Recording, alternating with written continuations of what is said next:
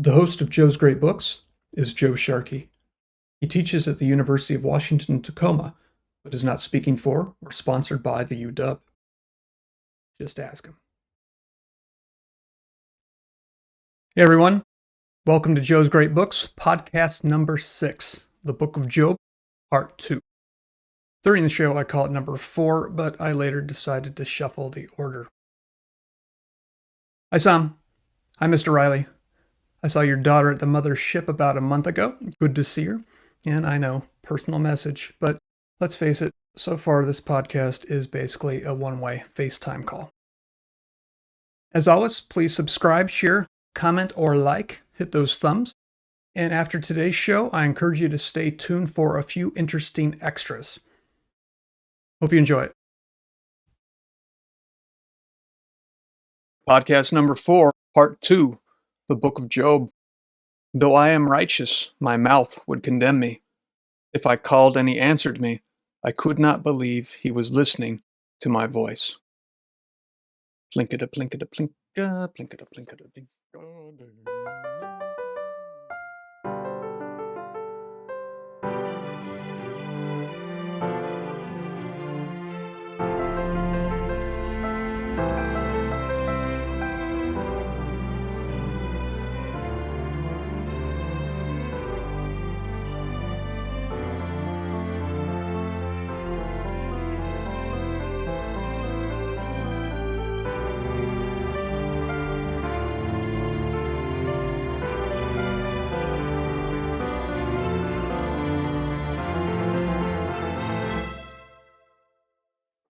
So welcome again to Joe's Great Books, a podcast about the great books of the Western literary tradition for the common man, the ordinary guy, and the average Joe, hosted by one of them, me. So before we continue talking about the Book of Job today, or rather tonight, a couple of tips about podcasting. Number 1, and I've been telling you this from the beginning, you must be in control of your own light source.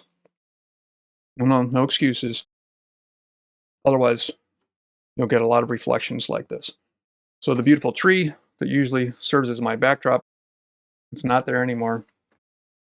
It's replaced with, if you look carefully enough, the clutter of my dining room. But I don't care. I wanted to get it done today, so on with the show. One thing I mentioned in the first podcast, the first part of the Book of Job podcast, was the Great Books programs at St. John's. 2 campuses, Santa Fe and Annapolis, Maryland. And I said that I would read their Great Books definition. It's one that I looked at years ago, influenced the definition I gave you myself on the first podcast. And I'm just going to read a full page here. I had remembered it as being shorter, and possibly they have changed it since last time I looked at it. You can just search for St. John's Great Books programs, and also statement of the program from which I'm taking what I'm about to read now, but I think it's excellent. It's longer than mine, and in some ways better. St. John's College is persuaded that a genuine liberal education requires the study of great books, texts of words, symbols, notes, and pictures, because they are both timeless and timely. They do a good job of emphasizing the timeliness of the great books. These books are the most important teachers. They illuminate the persisting questions of human existence, and they bear directly on the problems we face today. They express most originally, and often most perfectly, the ideas by which contemporary life is knowingly or unknowingly governed. Their authors can speak to us almost as freshly as when they spoke for the first time, for what they have to tell us is not of merely academic concern, nor is it remote from our true interests. They change our minds, move our hearts, and touch our spirits. The books speak to us in more than one way. In raising the persisting human questions, they lend themselves to different interpretations that reveal a variety of independent and yet complementary meanings. And while seeking the truth, they please us as works of art with a clarity and a beauty that reflect their intrinsic intelligibility. They are, therefore, properly called great, whether they are epic poems or political treatises, and whether their subject matter is scientific, historical, or philosophical. They are also linked together, for each of them is introduced, supported, or criticized by the others. In that sense, They converse with each other, and they draw the readers to take part, within the limits of their abilities, in a large and continuing conversation. This conversation, however, is unavoidably one-sided. The books can only repeat what they have to say without furnishing the clarifications that we desire. To overcome this limitation is the goal of the St. John's Seminar. Here, a number of students of varied backgrounds, faced with a text that may present unfamiliar thoughts, attempt to discuss it reasonably. It is presupposed that the students are willing to submit their opinions to one another's questions. The demands of the individual and those of the group are in continuous interplay, setting limits within which the discussion moves with the utmost possible freedom. The discussion may concern itself primarily with trying to establish the meaning of a poem or the validity of an argument. It may concern itself with more general or with very contemporary questions that thrust themselves forward. There's the timeliness. The students bring to the seminar the assumptions they have derived from their experience in the contemporary world.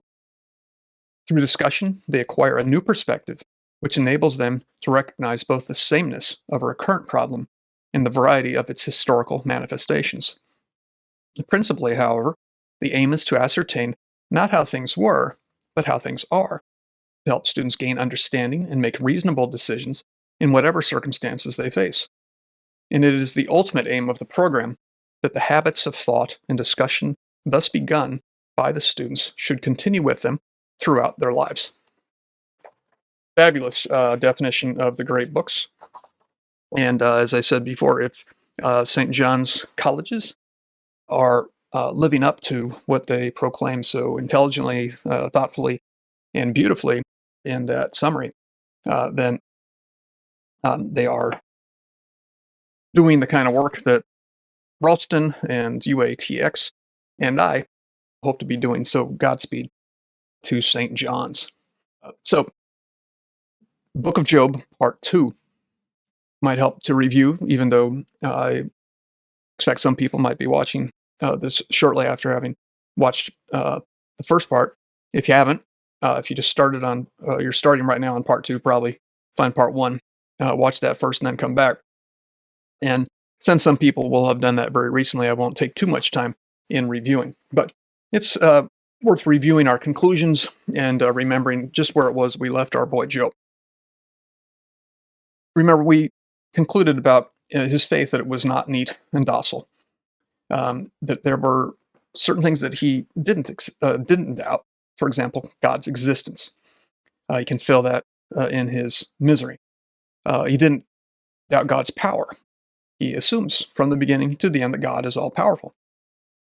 He also doesn't doubt that God is the creator and that God created him personally, intimately, and at least originally, lovingly.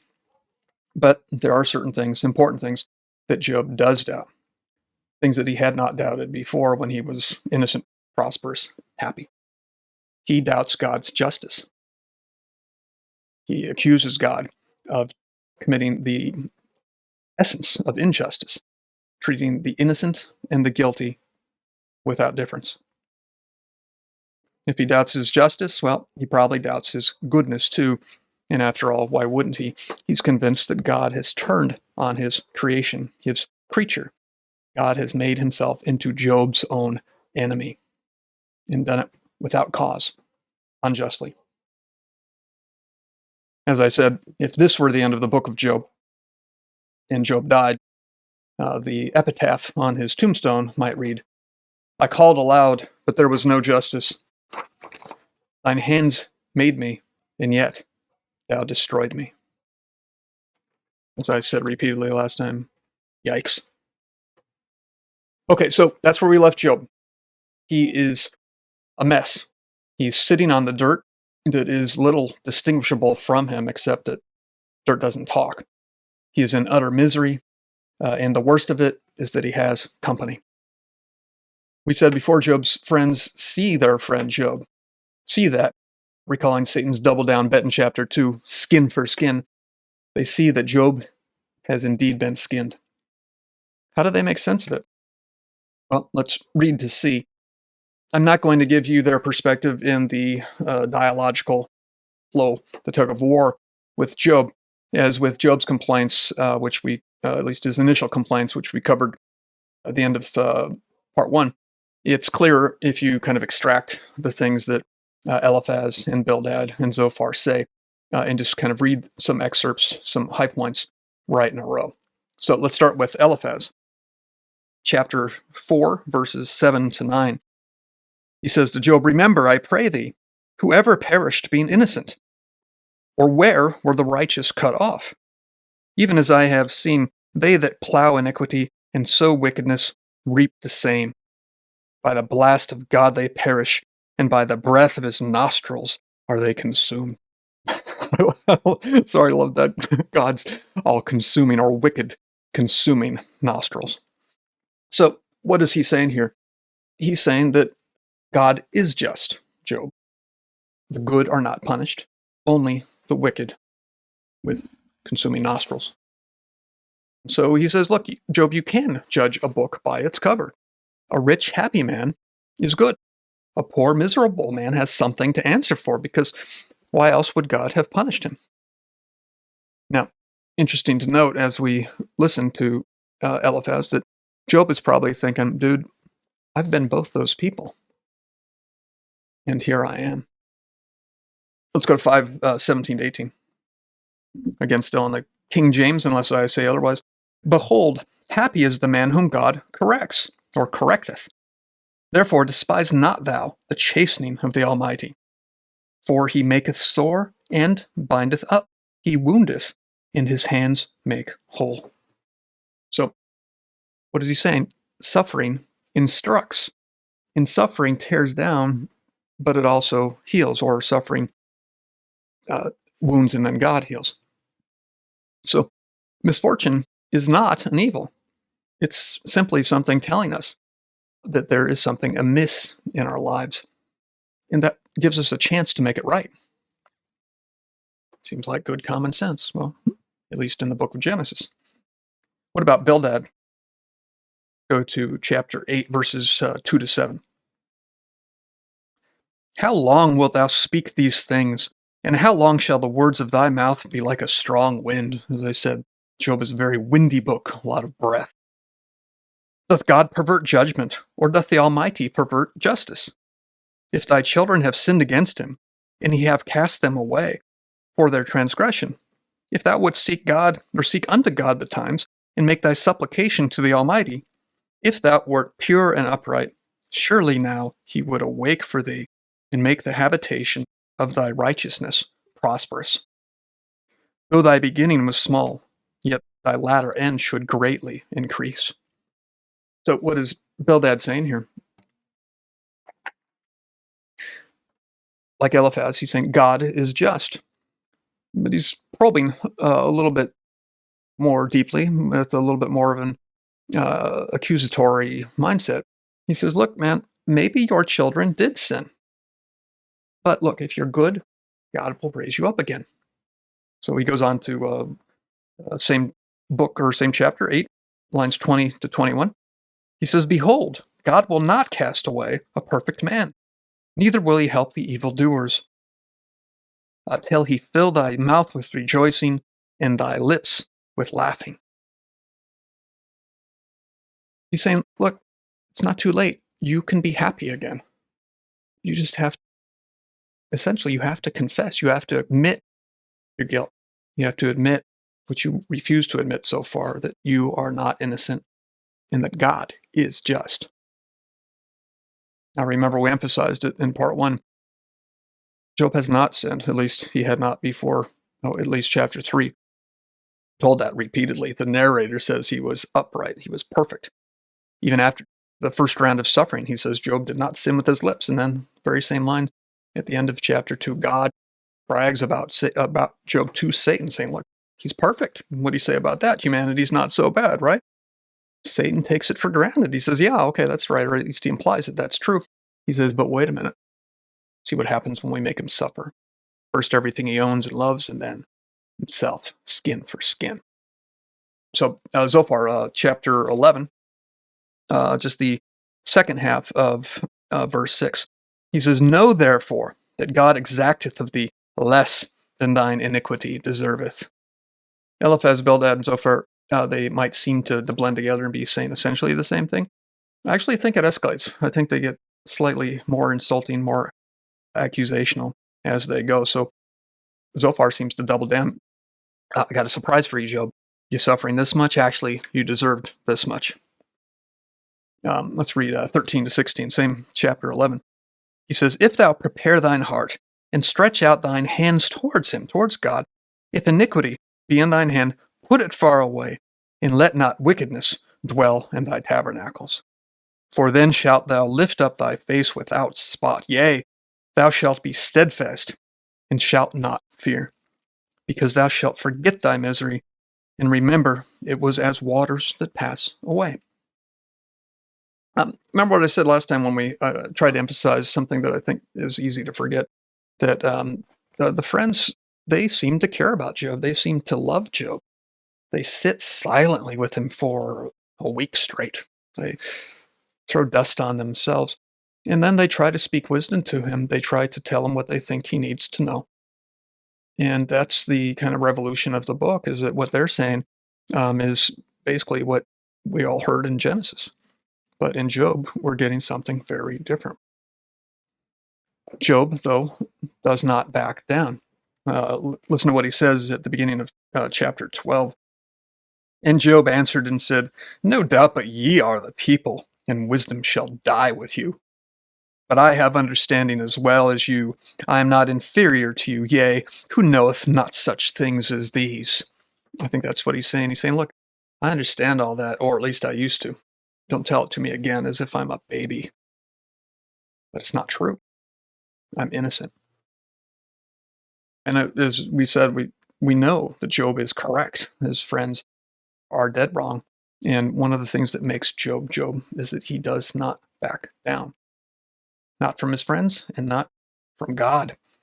Let's read 13:3. Remember I said that the book is kind of decorated in legalistic language? He says, surely I would speak to the Almighty, and I desire to reason with God. That's the King James. Other translators or other translations say, I want to argue my case with God. I want to take God to court. That's pretty ballsy. Job wants to put God on the stand and cross-examine him. Now, I should pause here and point out what might be one of the quirks or one of the miseditings of the book. If you go back to chapter 9, you see that Job has some lucid moments where he seems to jump all the way from the beginning of the text to the end. He seems almost to steal God's thunder in the way Elihu does, starting in chapter 32. He seems to understand that this desire to take God to court, to subpoena God, is madness and nonsensical, to the point that if you just were to cut and paste this part from chapter 9 and transport it to, chapter 40, maybe God could just let Job take the mic. So we don't want to do that now. We want to build up the drama. We want to save that finale, God's final thunder. Well, for God, in whose mouth I think it belongs. But we'll come back when we do to chapter 9, because I think in a way that chapter, it's certain lines, certain verses make a lot of sense of a part of the book that's hard to understand. But again, Job does not endure silently. People talk about the endurance of Job. Sure, he endured the patience of Job. Well, as far as I can tell, it lasts for exactly 2 chapters. Certainly not from chapter 3 to 37. So rather than that, he babbles his outrage and his hurt at God. And he does it for the vast majority of the text. So what happens at the end of all that? Well, let's go there. We've gotten the gist of Job's accusations, and there's plenty more that where that came from that we didn't read. But my goal is not to reread the whole book, it's just to give you some of the key points, the high points. So let's go to the highest of those high points, which is the showdown, or maybe we should call it the blowdown. The whirlwind boasts Job breathless. We could also call it the courtroom in the void. Checking to see if we're actually recording. Yeah, we are. Or the first nature show. It's fun. Now, the first time you read the book, And it's been so long that I don't remember how I felt when I did. But I imagine that suppose you read the book for this podcast, or you're reading it right now. The first time you read it, you go through chapter 1 and chapter 2 with God. Then you go to chapter 3, and then to 4, and then to 5, and then to 10, and then to 20. And it's nothing but this long, painful dialogue between Job and his friends, and then Elihu comes in. Um, Seems to me that you might well just totally forget that the story started off with God himself.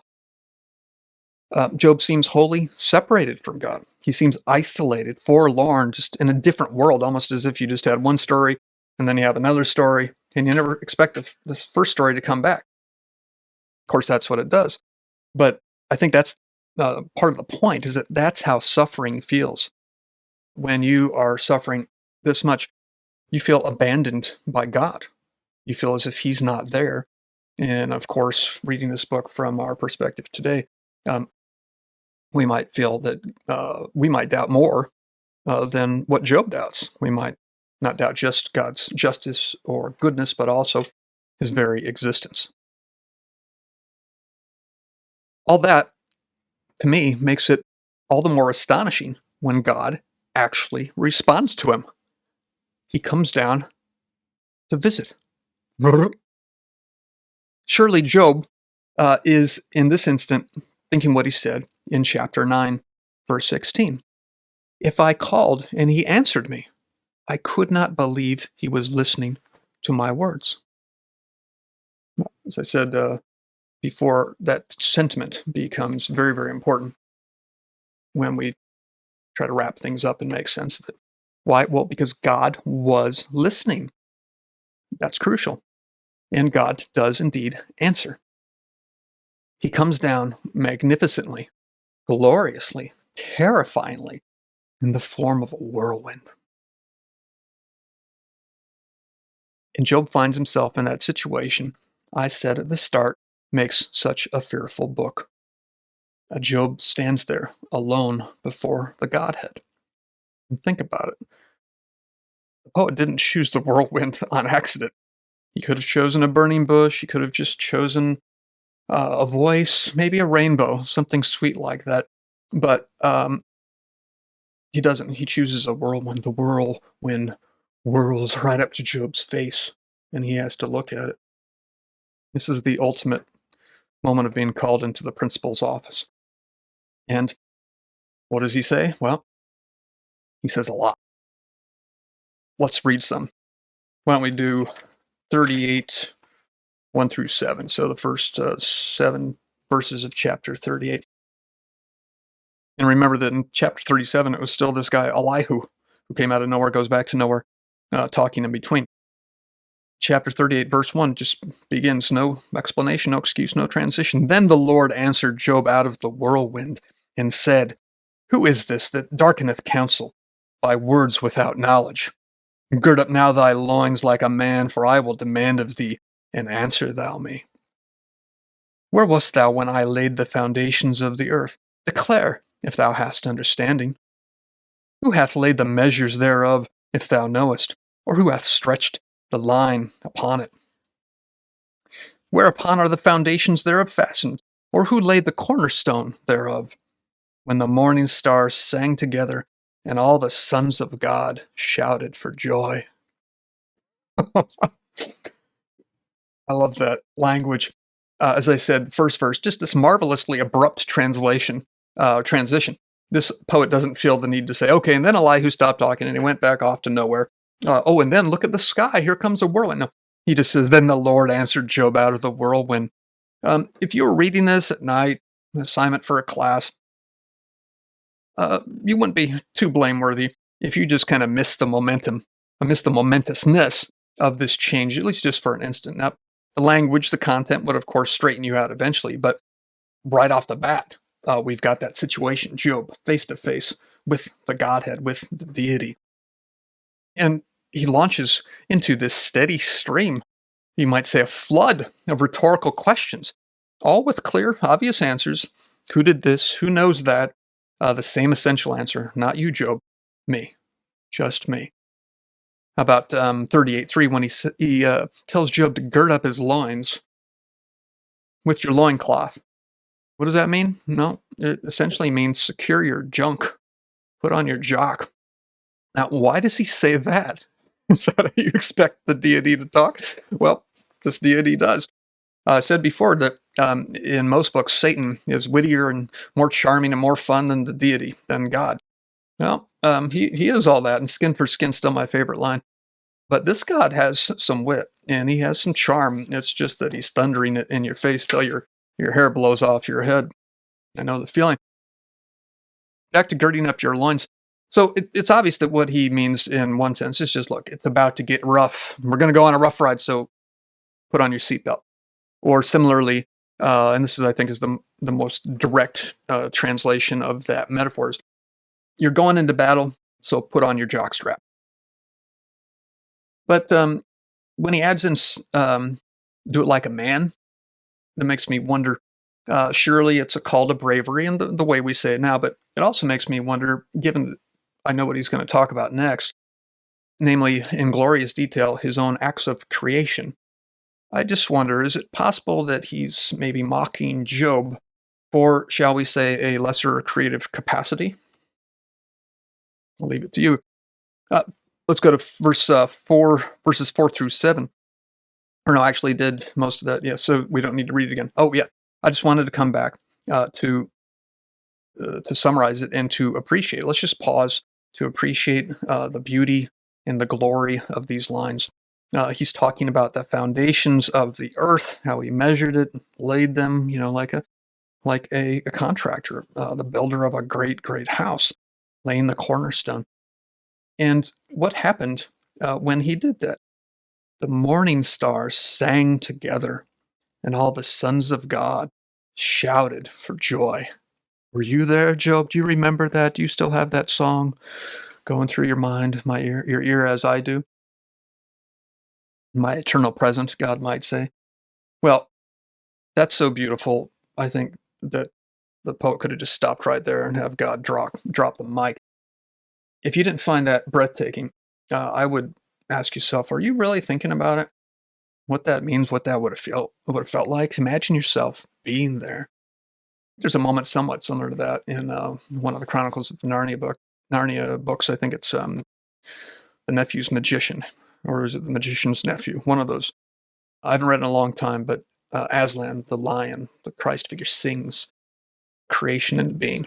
It's wonderful, and it has something of the same kind of glory here that we see in Job. And C.S. Lewis, he knows how to get to glory, even if he's doing it in the form of a young adult literature. Think about it. Try to think your way back into it. And I don't mean that if you don't have a fable-based mind, or if you're one of those skeptical types that I talked about in part one, that you have to believe it's God and angels with harps and wings singing. I mean, you don't have to take it literally. You probably shouldn't. I don't think it's intended to be literal. It's a fable. So if you want, think of these sons of God as quasars, if you want to, because they're all part of the creation. If God exists, and in this book he does, he created all of it. And then just imagine the touch of beauty that the poet adds. This moment of, essentially a theological Big Bang, the origins of the universe happening before your eyes.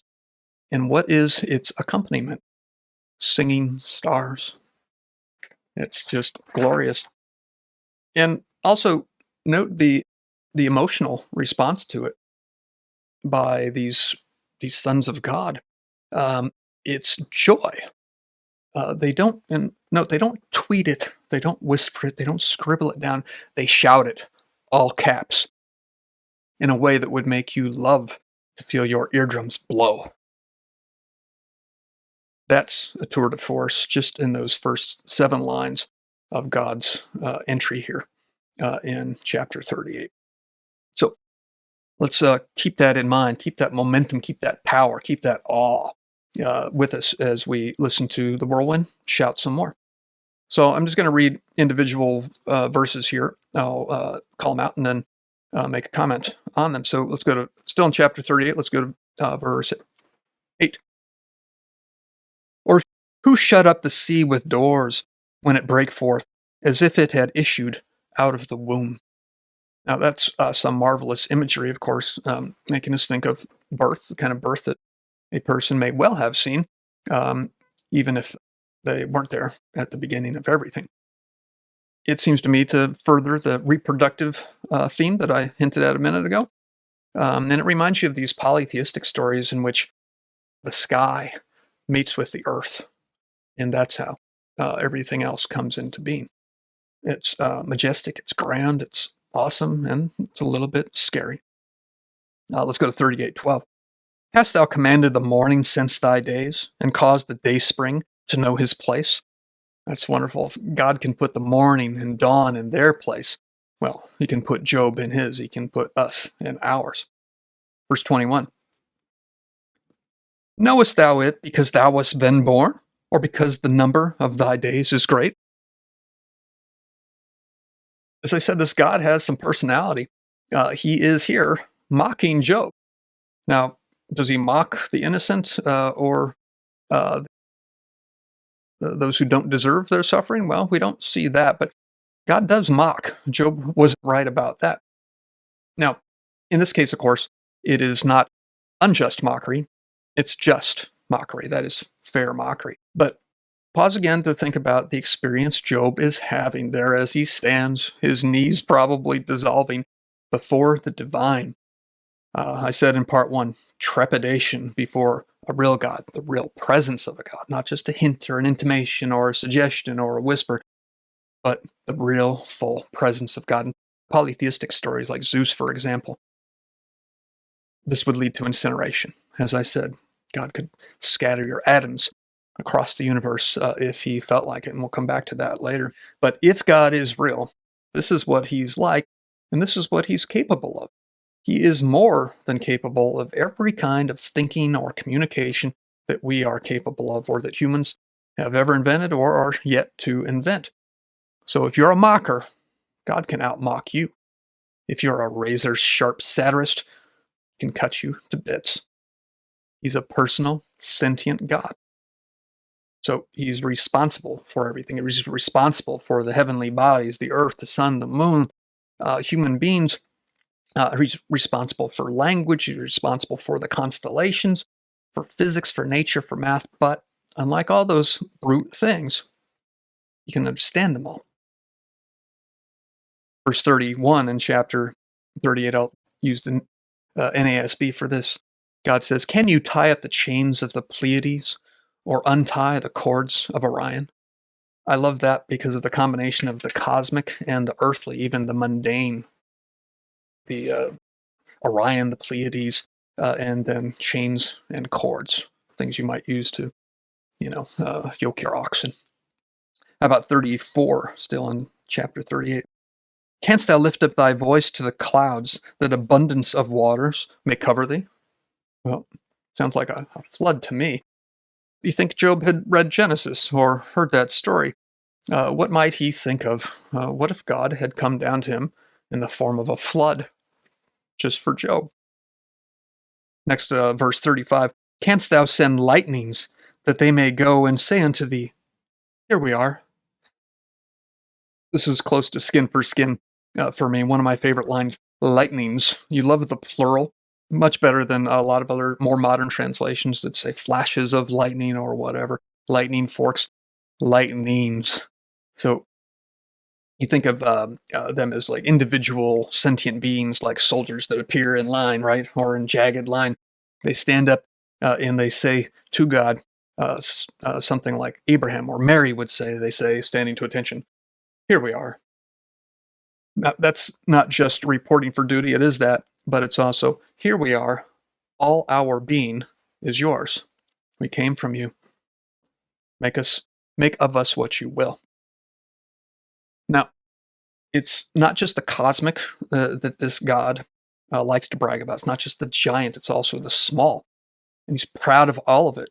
And he also thinks that the small, the apparently humble, should cow our boy Job. So toward the end of chapter 38, he makes a pivot. He begins to speak about humbler things, about animals. So let's read some of those. I'm going to read them in succession. So this is 38:39, and then I'll read from chapter 39. verses 1, 9, 3, 19, and then 26 to 27. Now, we're going to hear about lions and ravens, goats, oxen, ostriches, horses, and then the hawk and the eagle. So 38, 39. Wilt thou hunt the prey for the lion, or fill the appetite of the young lions? Number 1, 39. Knowest thou the time when the wild goats or the rock bring forth? Of the wild goats of the rock bring forth? Or canst thou mark when the hinds do calve? Verse 9. Will the unicorn be willing to serve thee, or abide by thy crib? 13. Gavest thou the goodly wings unto the peacocks, or wings and feathers unto the ostrich? 19. Hast thou given the horse strength? Hast thou clothed his neck with thunder? I love that. 26 to 7. Doth the hawk fly by thy wisdom, and stretch her wings towards the south? Doth the eagle mount up at thy command, and make her nest on high? This is a dizzying change of perspective. First, we're looking at constellations in the sky in one instant. All of this up here, and then suddenly zooms down. The camera zooms down to, well, from the microcosm to the from the macrocosm to the microcosm. It's dizzying, and what are we in? All of a sudden, it's the world's first nature show. Now, whenever I read this or think about it, I think back to a movie called Tree of Life by Terrence Malick, 2011. And there's no surprise, because if you've seen the movie, you know it's like a cinematic version of, well, parts of, I'd say some essential parts of the book of Job. So I highly recommend it. It's a story of a single family. It's not a redo of Job. It's not, chapter 1 through chapter 42 by any means, but it has some of the essentials and a lot, I think, of the heart. So it's a story about a single family that's struggling over different periods of the family's life. And it is alternated without transition, without being part of the same story, with images and vignettes from the natural world. And the footage that they show there is just mind-blowing. Most nature shows blow my mind, but they're so beautiful. They seem so rare, and they seem to, maybe even make you want to shout for joy with those sons of God. And if it wasn't clear that it's about the book of Job or inspired by the book of Job, it begins with an epigraph, and it's chapter 38, verses 4 to 7. Yep, the one about God laying the foundations of earth, and then the sons of God singing, the stars singing. Okay, let's conclude the nature show by jumping ahead to Behemoth, chapter 40. I'll read 15 to 19 and 23. Behold now Behemoth, which I made with thee. He eateth grass as an ox. Lo now, his strength is in his loins, and his force is in the navel of his belly. He moves his tail like a cedar. The sinews of his stones are wrapped together.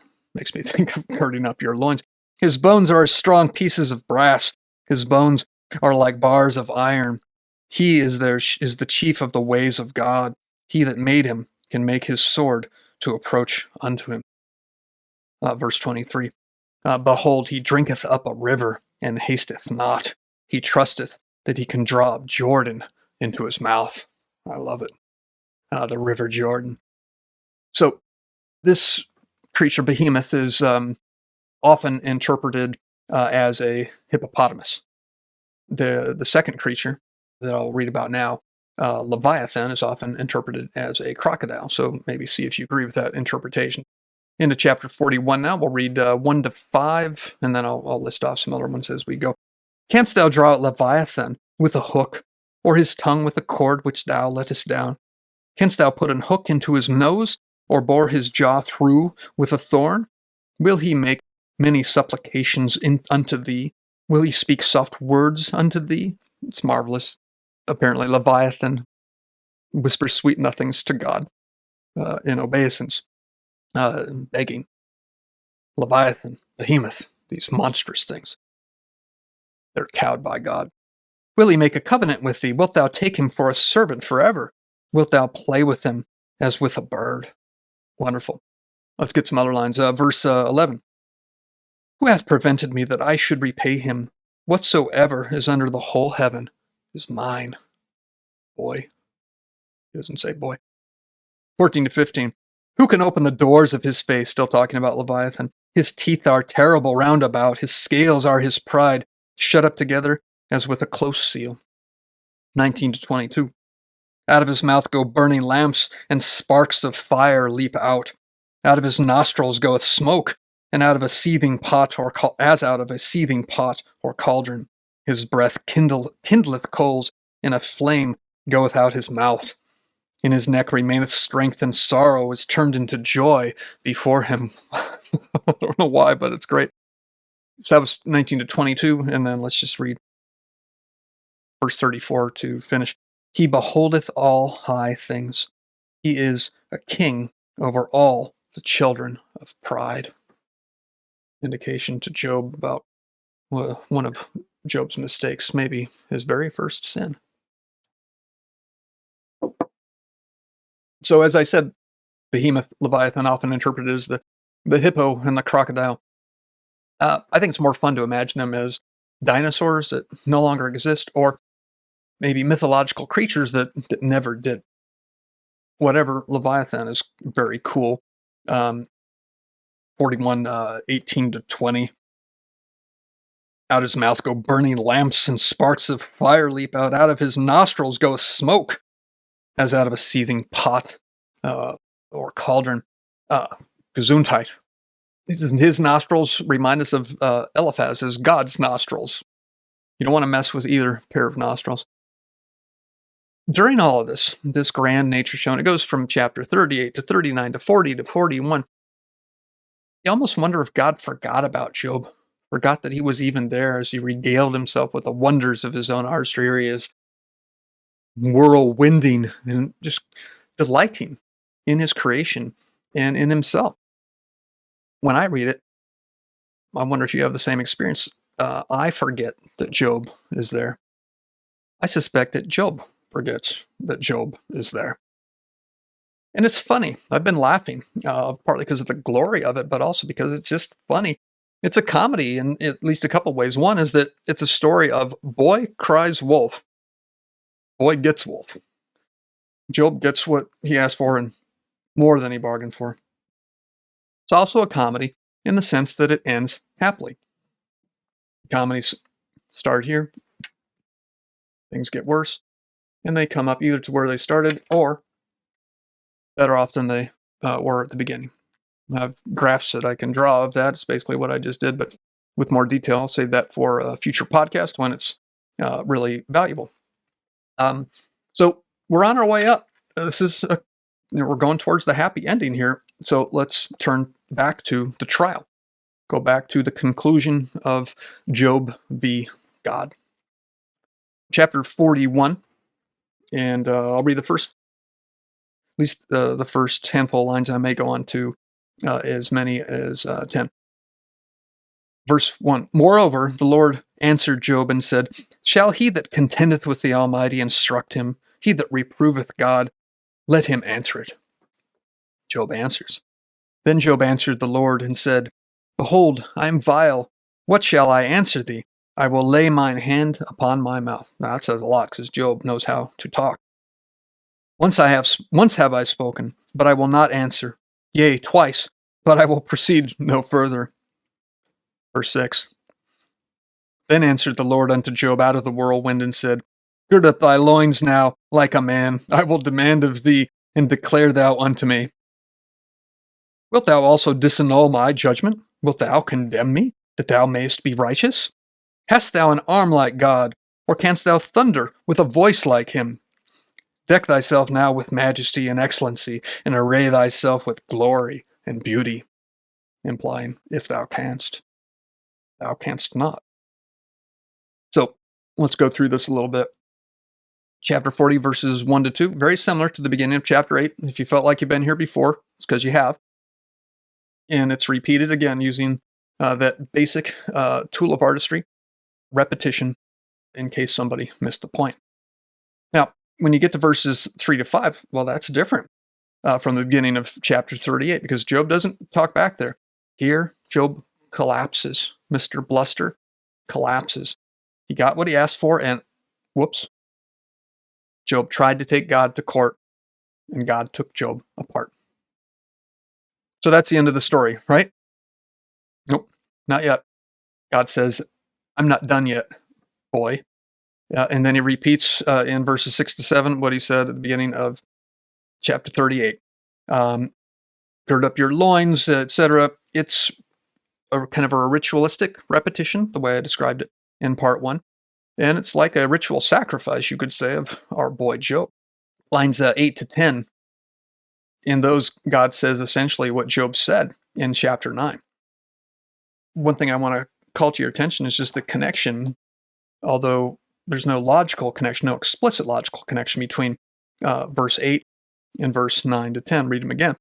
Verse 8, wilt thou disannul my judgment? Wilt thou condemn me, that thou mayest be righteous, right, instead of me, or versus me, Job v. God. So that's all about justice. The next line, without any segue, without any transition, without any logical connection or anything, goes like this. Hast thou an arm like God, or canst thou thunder with a voice like him? Deck thyself now with majesty and excellency, and array thyself with glory and beauty. If thy can, thou canst not.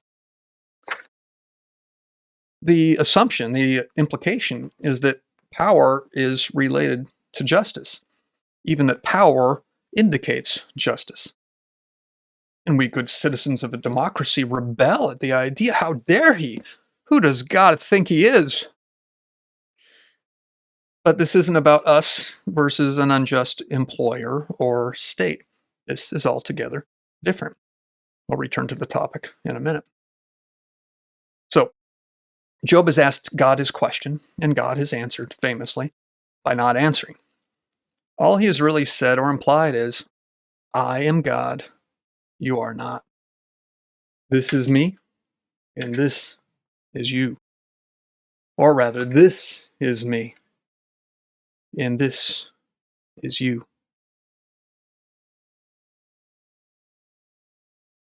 Recall God's self-description in Exodus. I am who am. We asked a minute ago, who does God think he is?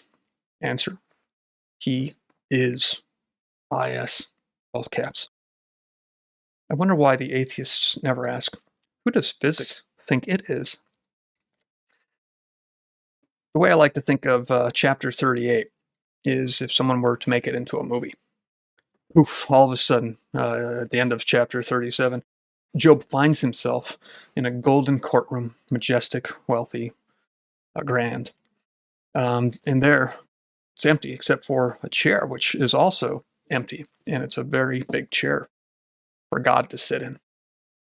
But it's not clear. Is that for the accused or maybe for the judge? Now, as Job waits for God to enter, he begins to hear a wind outside, and it grows, it howls, and then it becomes a storm. It starts to tear away the roof and the walls and the foundation of the courtroom. Everything is gone, torn asunder, and Job is left suspended in outer space. Nothing around him and nothing under him, no foundation, until the whirlwind whirls up out of nowhere to his nose.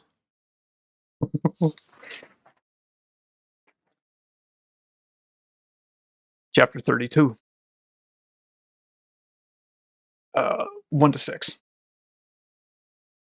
Then Job answered the Lord and said, I know that thou canst do everything, and that no thought can be withholden from thee.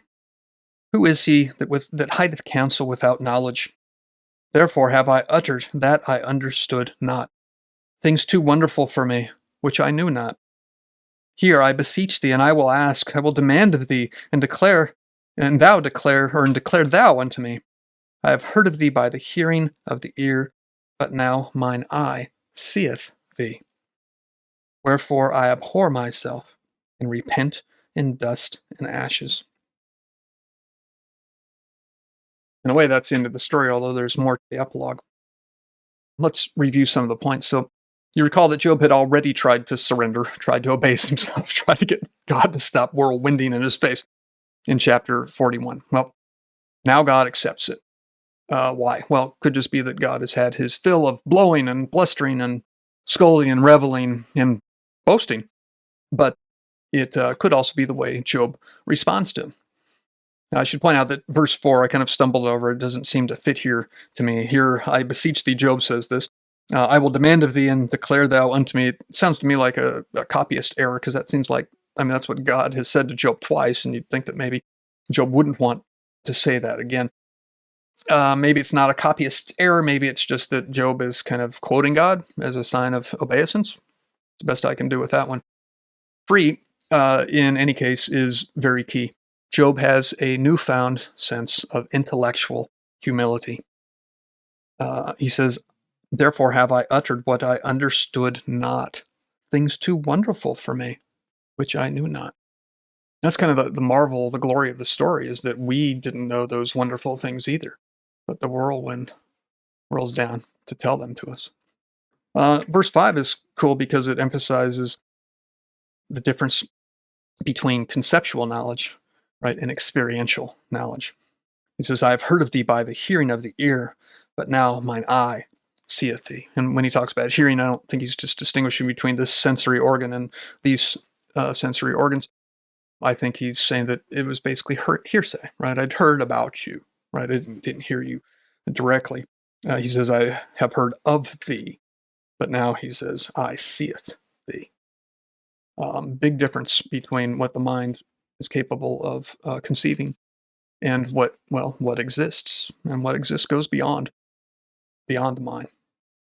Verse 6 is just a properly humble apology, showing that Job recognizes the difference between God and a man. A man is dust. You can tell he's got Genesis on the mind, right? He says, I abhor myself and repent in dust and ashes. I came from dust, I'll return to dust. So he knows that he will die. He will blow away in the wind, like at the end of the Infinity War Marvel Comics movie. Beautiful touch. Thanos kills half the population. I hope I didn't spoil it for you. And they just dissolve and they float away like dust. Beautiful, biblical, whether they intended it that way or not. In contrast to all of this transiency, ephemerality, dustiness, God is that being that bees. It never stops because he never started. Now, God seems to accept the apology too. In a weird epilogue, we learn the following. God expresses wrath against Job's friends. Let's read it, verses 7 and 8. And it was so that after the Lord had spoken these words unto Job, the Lord said to Eliphaz, my wrath is kindled against thee and against thy 2 friends, for ye have not spoken of me the thing that is right, as my servant Job hath. We'll come back to it. Then he orders them to offer up a burnt sacrifice, as Job had done for his children. And he says that he'll only accept the sacrifice if Job prays for them. Job does, and God accepts it. Then God restores Job, giving him twice what he had before. Livestock, children, same number of kids as before, same sexes. Resurrections or replacements, it doesn't say. And of course, he gives Job a brand new podcast audience. Maybe the originals come back and they bring some friends, which do. After that, Job's extended family comes to comfort him. You wonder where they were before. And they comfort him for this, quote, the evil that the Lord had brought upon him. All sorts of things that just don't seem quite to me to fit here. That's verse 11 in chapter 42. And they also give him money and golden earrings. Job lives for 140 more years and he gets to see several generations. That's obviously a huge thing. Think back to Abraham. That's not quite all the stars in the sky, not that numerous, but I think they say he gets to see 4 generations. That's a wonderful gift. So let's start to conclude. Job got his day in court. And in an odd twist, he seems to have lost. I think pretty clearly he lost, but oddly, he seems also to have been awarded damages by the judge/defendant. I guess that makes it a good time for us to go back to our big themes. The first was justice. So let's ask our questions. Is the world unjust? Is God unjust? I think a fair answer to the first question is yes. The world is unjust. Look around. Does it seem just to you? Is our experience so different from Job's? Maybe not personally, but in what we see in others and read about in the papers. And think about this. Suppose you've got a great life, good fortune, nothing but happiness and prosperity. Well, maybe your good fortune isn't just. Did you really earn all that? And if you did, is God bound to give it to you? Well, what about the second question? Dare we answer that God himself is unjust? Our answer to the first question might seem to require it. If the world's unjust and it's God's world, well, then doesn't that make God unjust? Um, I don't think so. I think we could use a couple of pictures. Now, in the video version of the podcast, I'll put on a whiteboard on a B-roll and draw the pictures. But for those just listening to the audio, I'll describe it. So here's the first picture. It's just a series of concentric circles. So you've got the human world here, and then just beyond that, you've got God encircling the human world. But then encircling God and the human world is justice, written in capital letters. So we've got justice, God, and the human world. The idea is that what's on the outside governs what's on the inside. So that's one picture. Now picture a second one. Still have the human world in the center. Concentric circle outside that, but here we've got justice, written again in capital letters. But beyond that, we've got a circle, and inside that is written God. So here we've got God, justice, humankind. So which do you think it is? Which is a better picture of the book of Job? I agree, you're sharp. It's the second one. I think that's what the author would say. So it's not that God is unjust, it's that God is beyond justice. So we can't hold God to account for justice or injustice. God holds us to account for our injustice. He holds us to account to justice, right? Us, justice, God. So should we go on to say that what we've probably heard before, that God doesn't do a thing because it's just? It's just because God does it. Perhaps. And that interpretation does seem to jive with the prologue and the wager with Satan. You know, there's this bet that you might do with your drunk frat boy friends on a Saturday night. God's willingness to let innocent Job suffer was just simply because God did it. Anything God does self-justifies. As we recall from chapter 9, behind justice is power. Now, that conclusion seems rather melancholy. And if it's true, it's the kind of thing that infuriates the atheists and any parent who's lost a child or anyone who's truly suffered. Maybe you, maybe me. So if we find ourselves still unsatisfied with this answer, if answer it was, to the problem of evil, why do good people suffer and evil people prosper? If we ask again, you are an omnipotent, omni-good God. Why do you let the innocent suffer and the wicked? The answer, God interrupts us, is quiet. You're not God.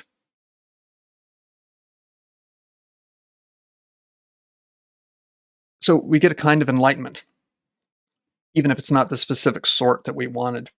We are reminded what we are and what we are not. And further questions just fall away.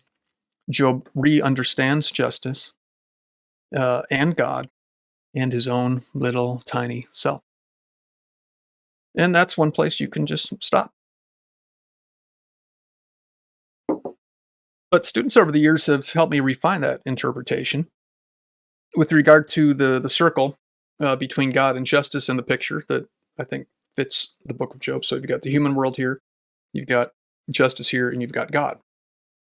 In the circle dividing God from justice, some students have objected to that, and they say, no, there's no difference between the two. God wouldn't do something that was unjust. He isn't bound by it, but he wouldn't will it. I like that idea. So what we might do is have a hard circle around the human world, but then for this world between justice and God, we might just dot that line to show the union between justice and God. I'm not sure that's perfect, and I think you have to work with the prologue with the bet between God and Satan, because it doesn't seem like God and justice are united there. But leave that to the side. Um, let's go back to chapter 9, because I think Job himself steals God's thunder a little bit. Let's read the NASB version. Job says, "But how can a person be in the right with God? If one wished to dispute with him, he could not answer him 1,000 times. Wise in heart and mightily in strength, who has defied him without harm? It is God who removes the mountains, and they do not know how, when he overturns them in his anger. It is he who shakes the earth from its place, and its pillars tremble, who commands the sun not to shine and puts a seal on the stars, who alone stretches out the heavens and tramples down the waves of the sea, who makes the bear Orion and the Pleiades and the constellations of the south. It is he who does great things, the unfathomable, wondrous works without number. If he were to snatch away, who could restrain him? Who could say to him, 'What are you doing?' How then can I answer him and choose my words before him? For though I were right, I could not answer. I would have to implore the mercy of my judge. If it is a matter of power, behold, he is the strong one. And if it is a matter of justice, who can summon him? Who can subpoena God?" Job tried. And he says, key line, "Though I am righteous, my mouth would condemn me. Though I am guiltless, he will declare me guilty. I am guiltless. I do not take notice of myself. I reject my life." To go in opposite directions there. So we saw before the identity of power and justice. And this is, I think, chapter 48, talking about justice, and then verses 9 to 10 immediately segueing into power. And I'll read verse 12 too. "Look on every one that is proud, says God, and bring him low, and tread down the wicked in their place." Another indication of the folly of Job's pride. So this, I think, helps us understand what students mean when they say, look, there's no real difference between the God circle and the justice circle. I think we can go a little further if we steal a metaphor from a wonderful book called Wittgenstein's Vienna. And this has, as you might guess, mainly to do with Ludwig Wittgenstein, the philosopher, 20th century philosopher, mainly of language. And without getting too deep into Wittgenstein, although who knows, maybe someday I'll actually try to do a podcast on Wittgenstein. If I can do that and get any viewers at all, I'll know that I've made it. But they say, and Wittgenstein is always talking about language, I'm just going to repurpose their metaphor, but they say, you can't see the light that you are seeing with. I think that is a very nice parallel with the following. Job can't accuse the source of justice of injustice. Or reduced, you can't accuse justice, capital J, of injustice. Or, again, extended, you can't accuse of injustice that which affords you the concept and application or possibility of applying the concept of justice. Your own mouth would condemn you. Now, it's true, this doesn't work. It's not persuasive if you think of God as just a big boss in the sky. That just makes it unfair. It also doesn't work, as I hinted before, if you take the prologue literally. But it's a fable, man. I mean, the author didn't want us to think that whenever we suffer unjustly, it's because God was beholden to Vegas. At least I hope not. You have to understand it instead as a logical impossibility, as a self-contradiction. Your own mouth would condemn you. So think of self as yourself, myself, your being. When you try to condemn God, you are condemning the self. You are contradicting the foundations, the premises of your being, of yourself. That's what self-contradiction means here in this deepest of senses. Well, if you still don't understand that or buy that, the author's reply would probably go something like this. That's only because you don't understand God.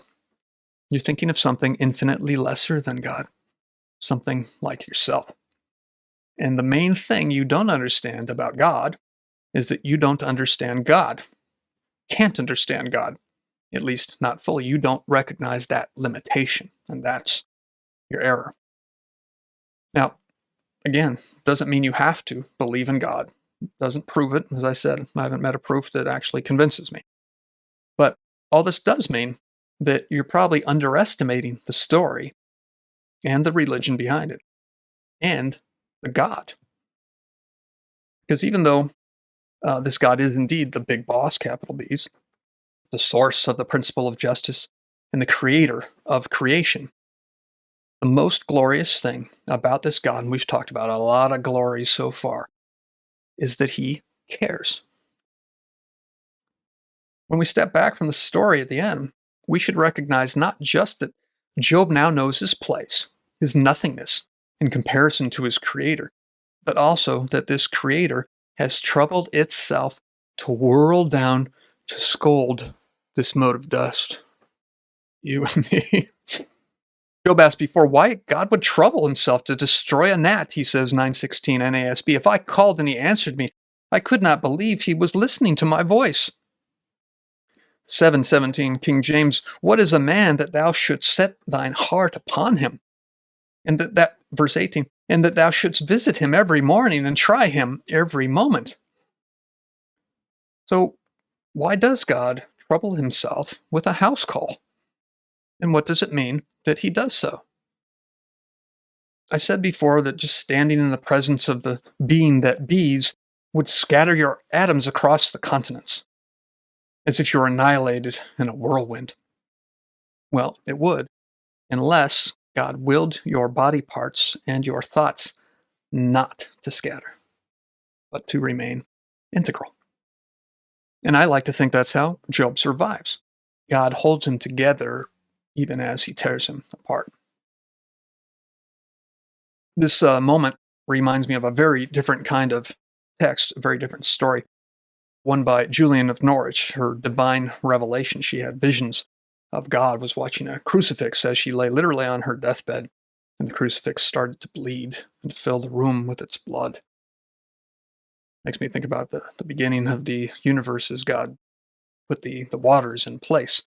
Now, Julian was a 14th century English mystic, and she is the first identifiably female author in the English language.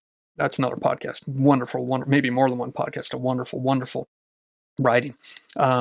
The point I want to borrow or the one point I want to borrow for today is that her vision of God, who is a much softer, like a hilariously soft God, despite being all-powerful and capital C creator and everything else. And here's one example, but he's very, very loving. Her vision of God in relation to the world is that God holds all the world, all creation, in his palm, and it's the size of a hazelnut. So this is parallel to the God of Job looking at the world. In his palm, a little hazelnut. That's how small it is compared to him, and he cares about it. Now, if all the world is that tiny nut, imagine how small Job must be in relation to that. We would expect God to ignore it, not even to notice it.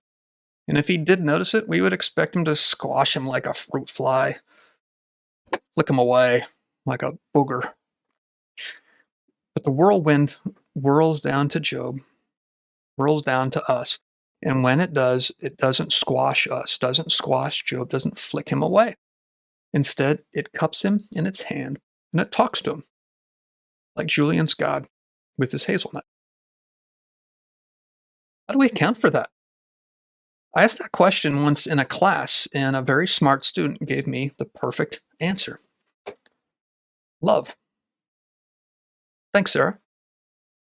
This God, great as he is, cares about each of his creatures, no matter how microscopic. And we recall the whole story began with God bragging about little Job. So even this scary, depressing, arguably hope-crushing book, even in this book, love turns out, surprise, be one of the key themes. We had another one to begin with. Love is the third. Justice was the first. Let's go back to the second, which was faith. Our question was, did Job lose it? Now, as we said before, the text seems clearly to show that he did lose faith in God's justice and, therefore, consequentially, his goodness, though certainly not in his existence or his power. So, how do we collect it all? Job has a kind of faith, or if he has a kind of faith, how do we define it? Now, there are two powerful, mysterious passages we haven't explained yet. People who know Job really well probably were wondering where they were. And even though they're a tiny percentage of the whole text, if we pair them, I think they lead us to a strong reading of Job's faith. So let's take a look at 19, 25 to 26. This is Job, and he's in the midst, in the throes of his anguish, his abandonment, and his outrage at what God has done to him. He turns on a dime, no segue, no transition, and says, "For I know that my Redeemer liveth, and that he shall stand at the latter day upon the earth. And though after my skin worms destroy this body, yet in my flesh shall I see God." It's a great line. Now, Christians read this as a prophecy of Christ, and if Christianity is true, well, it probably is. Jews, needless to say, don't see it. One note I wanted to mention is if you go back a little bit to verse 23, kind of a fun bit, he says, "Oh, that my words were now written. Oh, that they were printed in a book." You have to love it. Is this an early version of the breaking of the fourth wall? A little bit of metafiction back in, 500 BC. In any case, it's fun, but I think it also shows us something that you might remember from podcast 1. It's as if Job, for a minute there, or at least his author, recognizes that Job is a fictional character in a story. Or at least he is in the sense that all human beings are fictional in relation to God, right? If we're just this little tiny hazelnut in God's mighty palm, well, how much more real are we than, say, Don Quixote? So this passage declares a kind of hope, perhaps in the Son of God, the softer face of the Father. But don't think that we need Christ to make a kind of sense here, especially not if we go on to chapter 13, verses 13 to 18. So I'll read those. This is Job again, responding to his friends. "Hold your peace, let me alone, that I may speak, and let come on me what will. Wherefore do I take, that is, why do I take my flesh in my teeth, and put my life in mine hand? Though he slay me," talking about God, "though God slay me, yet will I trust in him. But I will maintain mine own ways before him. He also shall be my salvation, for an hypocrite shall not come before him. Hear diligently my speech, and my declaration with your ears. Behold now, I have ordered my cause. I know that I shall be justified." Now, here Job's call to put God on trial, it seems, is reprised. But here it's consciously suicidal. Job says essentially, "He will slay me.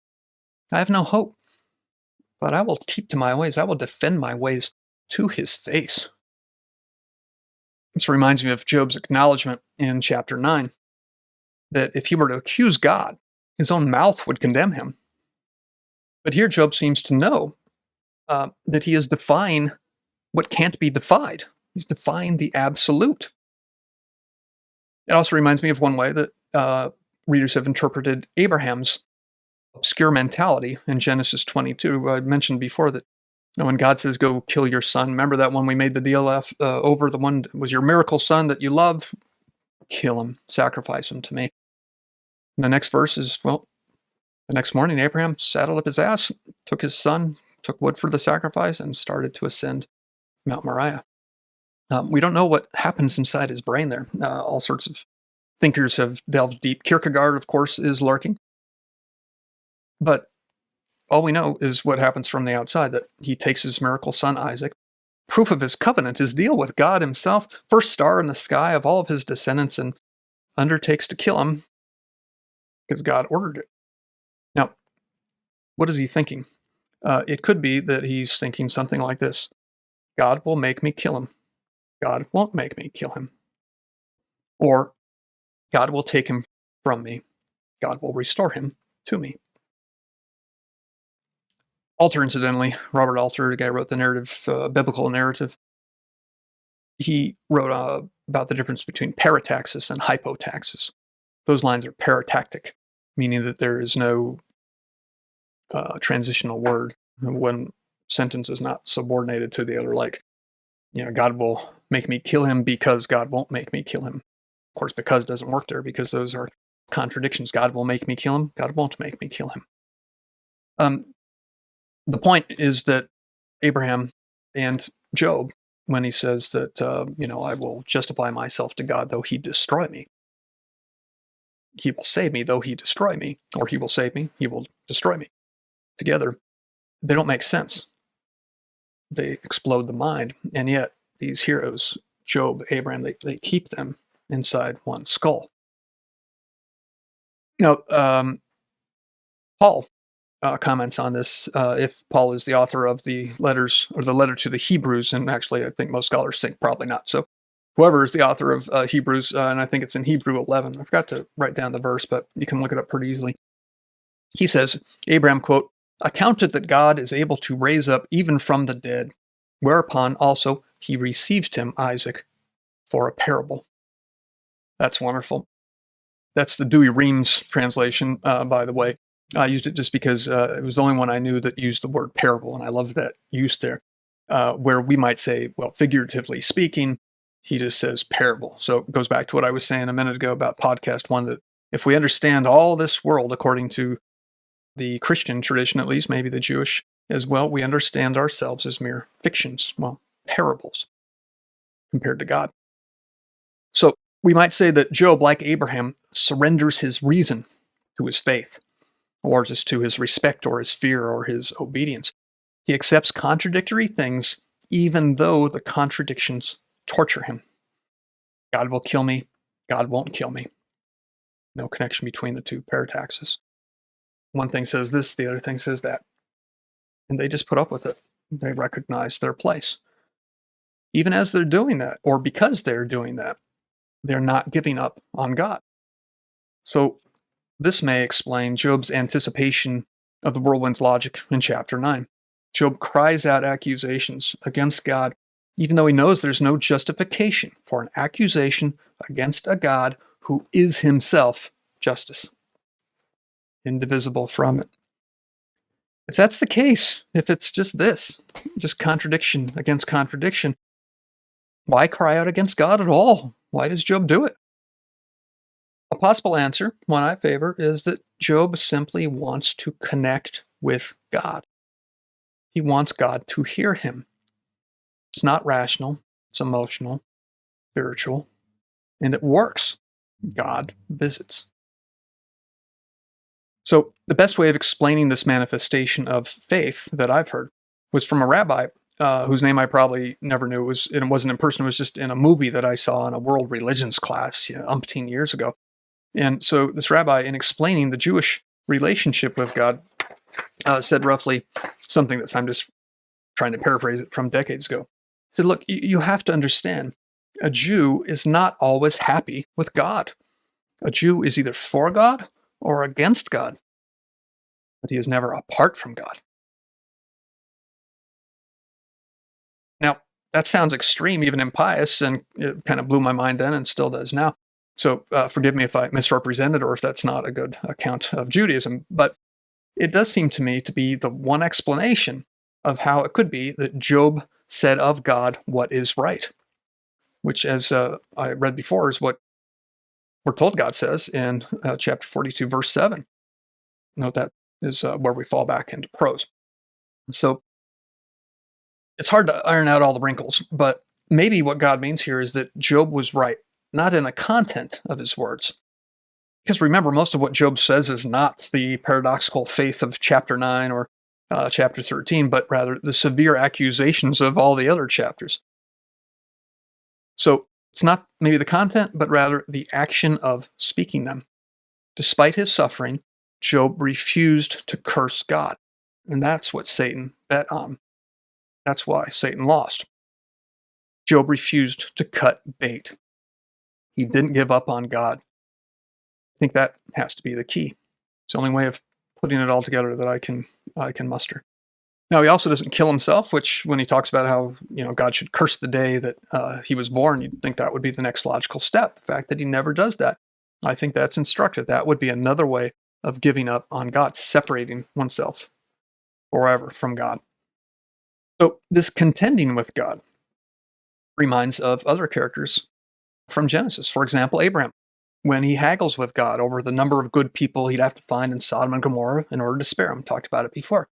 But Genesis 32 gives us the best analog. This is the tale of Jacob when he is renamed Israel.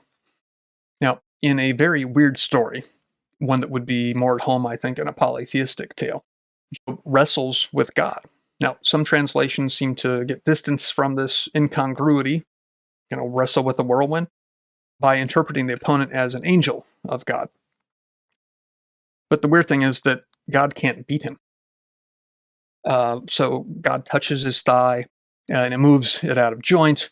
But even then, Jacob won't let go until God gives him a blessing. And so God does. He renames him Israel. And he says, and this is the NASB 32:28, "Your name shall no longer be Jacob, but Israel, for you have contended with God and with men and have prevailed." Now, that is a striking passage. Jacob, now named Israel, gives the place a name that means I have seen God face to face and my life is preserved.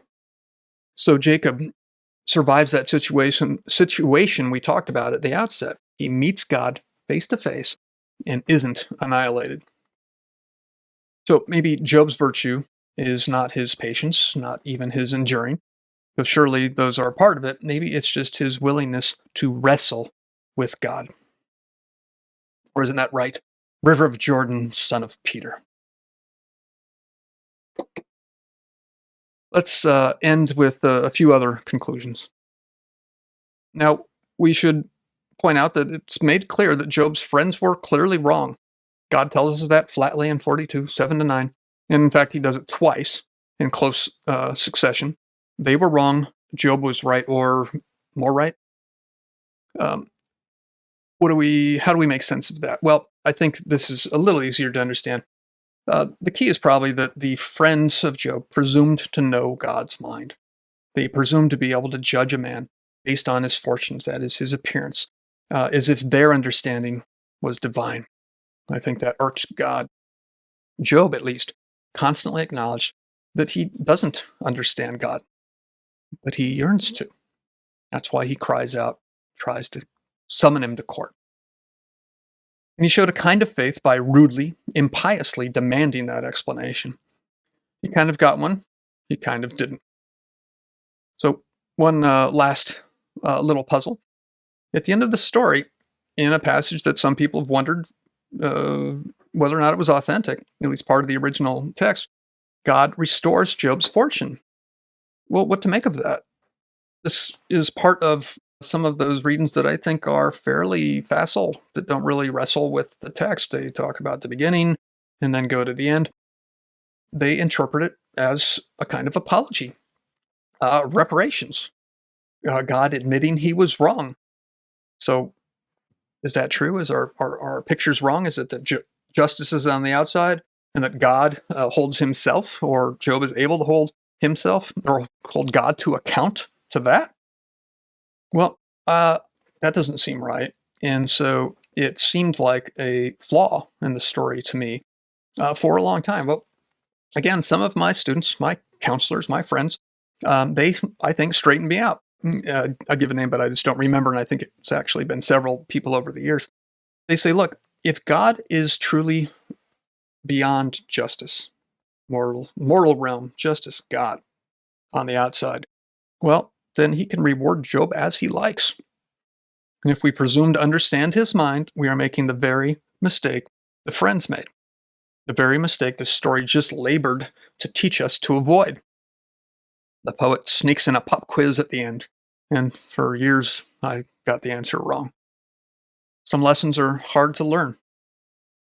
Oh, one more thing to say, one more insight.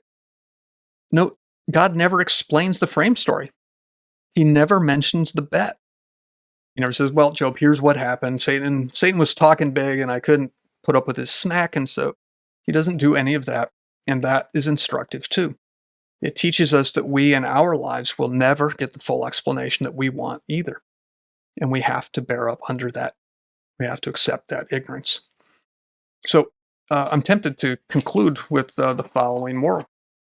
We should know that God is in control, as people often say, and that we are not, and that's that. Stop babbling, fall silent. But then that reminds me of Job at the end of chapter 1 and chapter 2. He suffers through this mind-blowing, body-destroying suffering and just says, God gave, God takes away, blessed be God. Is that really what the author wants us to come away with? Does that mean that we should stop feeling the outrage at the evil in the world ourselves? We should stop wrestling with it and with the God who allows it? I can't believe it. It seems to me that what we remember most about the book of Job, the whole book, is not his patience, but his wrestling. He's not afraid, or rather, his fear of God is less strong than his longing for him. So he wrestles with God, as a good descendant of Jacob, Israel should. And as a good God should, God smiles on that struggle. Probably brags about it to Satan on the next day.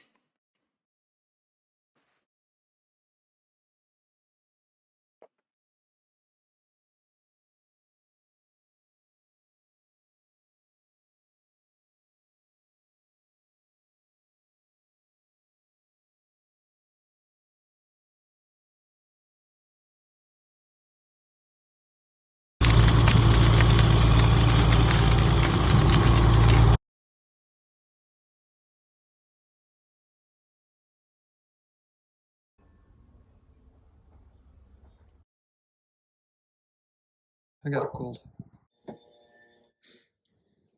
So here are the books. They're supposed to be part of the background.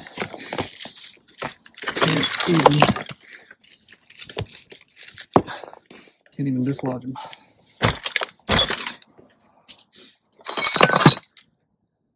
Trying to think of a good metaphor. You can burn them, can't destroy them. It's fairly lame. I hunted this one out a minute ago on purpose. The previous podcast before the incident. Yep. The wisdom books and my old friend Job. Why do I get the feeling that I was a little too impious in that podcast?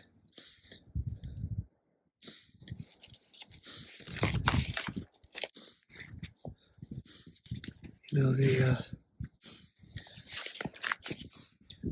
talking about literature and Job, etc. I can't find page 1. Must be stuck.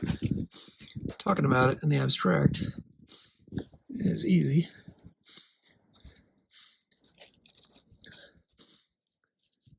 You can say it, you can preach it, and you can teach it, and then you get to a point like this and you think, you know, I don't really expect to have to live up to all that shit. Oh, look. There we go.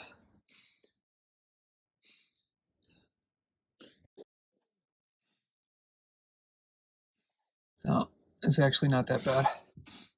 Family is fine. I'm not cursing the day I was born. mainly because I have insurance. But let's go to the book I prefer. What's the best passage in the Gospels? Let's see if it still exists in this one. I can pretend this is an apocalyptic dystopia. I happen upon this strange book of wisdom. I wonder what's in it. And I just happen to turn.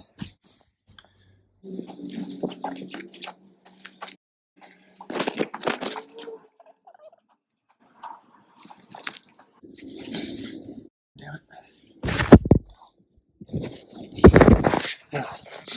There we go.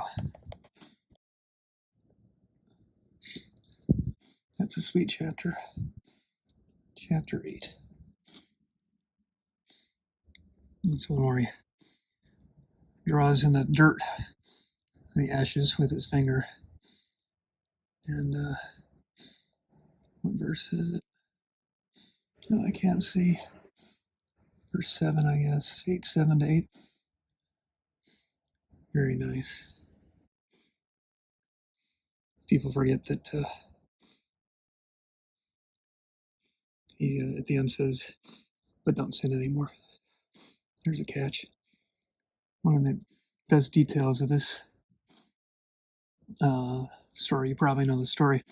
A woman is brought before him by the scribes and Pharisees. She's committed adultery. No sign of the guy she committed adultery with, but never mind that. And they say, Master, this woman was caught in the very act of committing adultery, and in the law, Moses has ordered us to stone women of this kind. What have you got to say? They asked him, this is a test looking for an accusation to use against him. One of the best parts of this chapter, but Jesus bent down and started writing on the ground with his finger. They persisted with their question. He straightened up and said, well, let the one among you who is guiltless be the first to throw a stone at her. Then he bent down and continued writing on the ground, that style. When they heard this, they went away one by one, and that's the passage I like a lot, beginning with the eldest. The last one had gone, and Jesus was left standing alone with the woman who remained in the middle. Jesus again straightened up and said, Woman, where are they? Has no one condemned you? No one, sir, she replied. Neither do I, said Jesus. Awesome little chapter. Thus ends podcast of the Burnt Bible. I wish I could do more, but as I said, I got a cold. And I got to talk to some insurance adjusters.